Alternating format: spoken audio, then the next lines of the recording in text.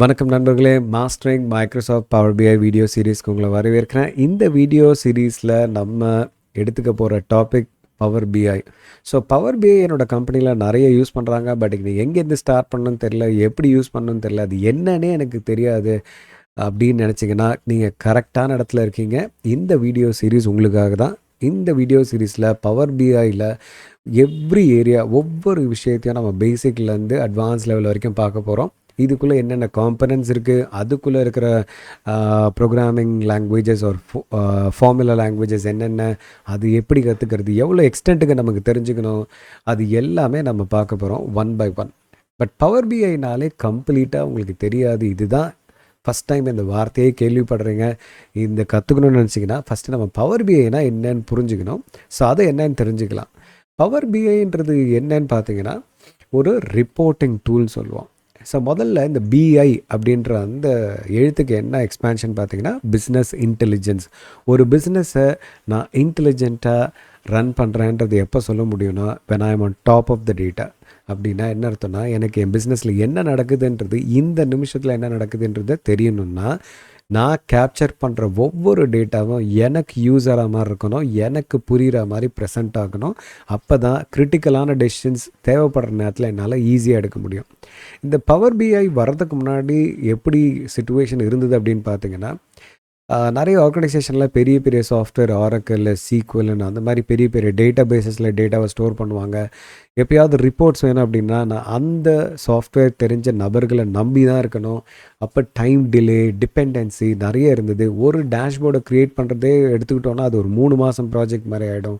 So எப்போவுமே நான் ஒரு எக்ஸ்பர்ட்டை டிபெண்ட் பண்ணி இருக்கிற மாதிரி ஆகிடுச்சு. ஒரு நார்மல் ஒரு எக்ஸல் யூஸரோ அவரால் ஒரு இன்ஃபர்மேஷனை கொடுக்கணும்னு நினச்சா முடியாது. ஒரு எக்ஸ்டென்ட் வரையும் கொடுக்க முடியும். பட் எக்ஸலை தாண்டி வேறு எங்கேயாவது டேட்டா இருந்ததுன்னா அவரால் எடுக்கவும் முடியாது.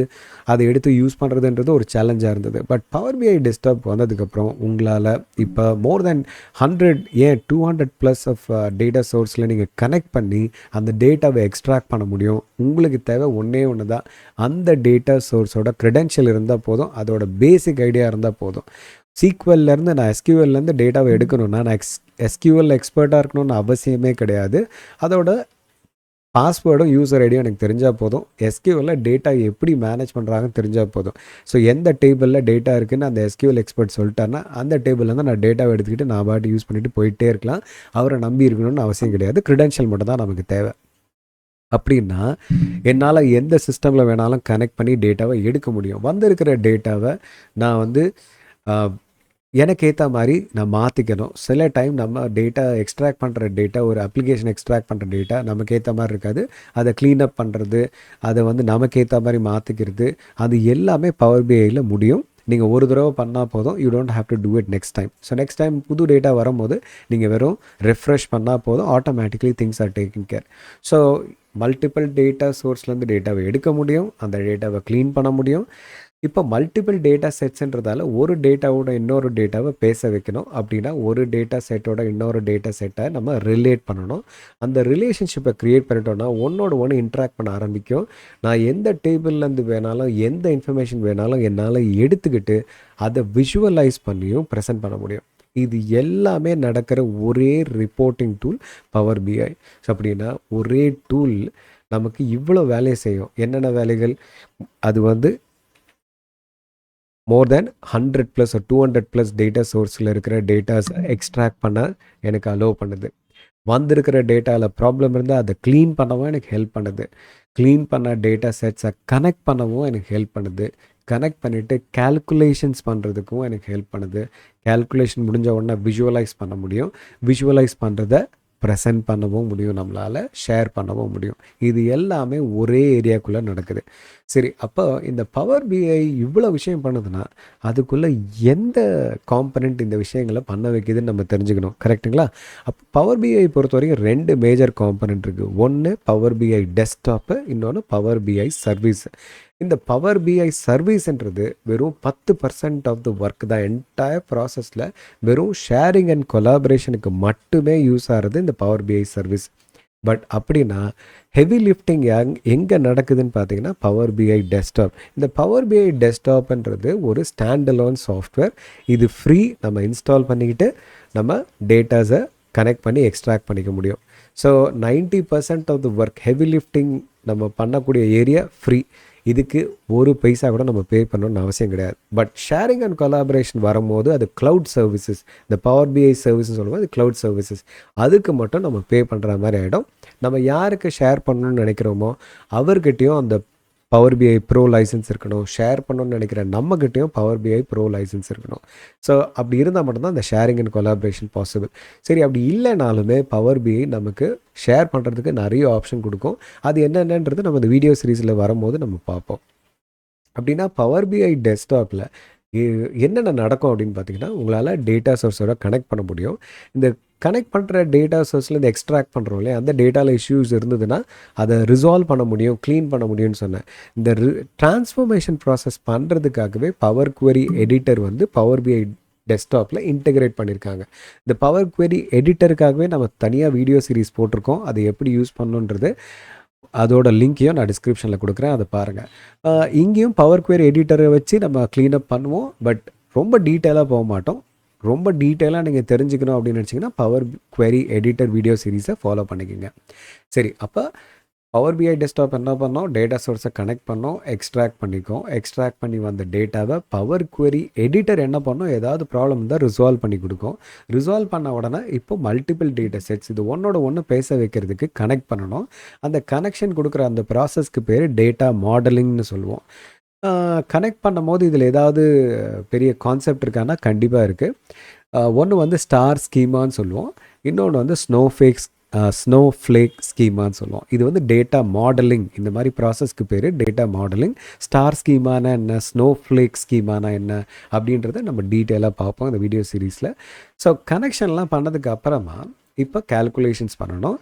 அதுக்கப்புறம் விஷுவலைசேஷன் நடக்கும். அதுக்கப்புறம் sharing and collaboration. So connecting, extracting, cleaning, அடுத்தது ரிலேஷன்ஷிப் பில்டிங், கேல்குலேஷன், விஷுவலைசேஷன், இது எல்லாமே பவர் பிஐ டெஸ்க்டாப்பில் நடந்துடும்.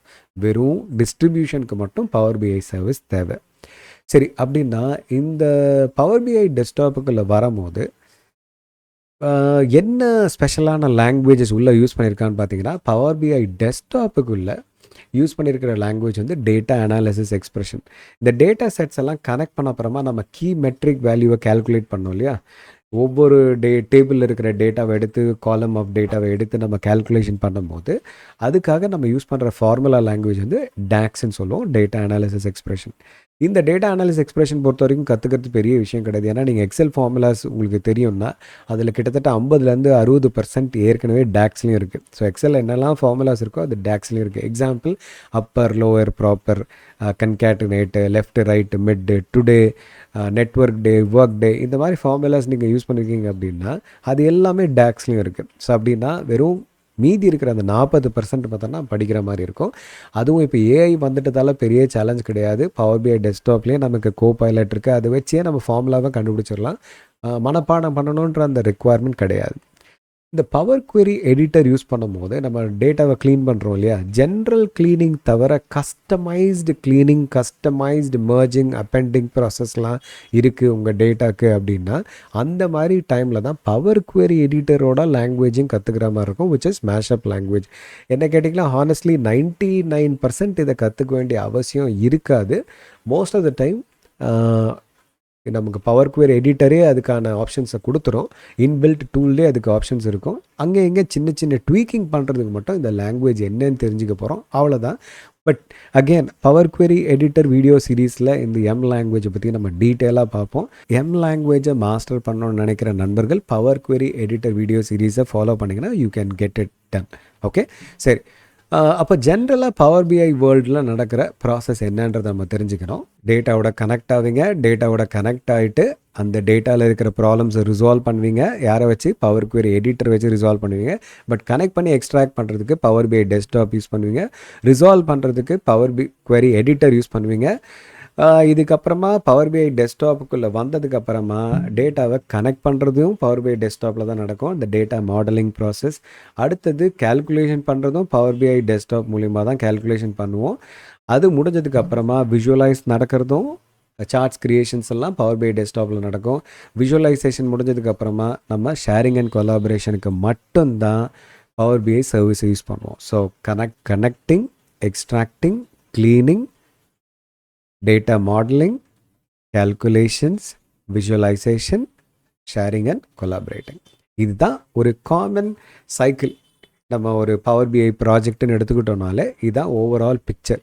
ஸோ இந்த வீடியோ சீரீஸில் இந்த ஓவரால் சைக்கிளில் ஒவ்வொரு ஏரியாவையும் நம்ம ரொம்ப டீப்பாக பார்ப்போம். ஒவ்வொரு டைப் ஆஃப் டேட்டா சோர்ஸோடையும் எப்படி கனெக்ட் ஆகிறதுன்னு நம்ம பார்க்கணும். அடுத்தது அது கனெக்ட் ஆகும்போது வரக்கூடிய ப்ராப்ளம்ஸ் எப்படி ரிசால்வ் பண்ணுறதுன்றதும் பார்க்கணும்.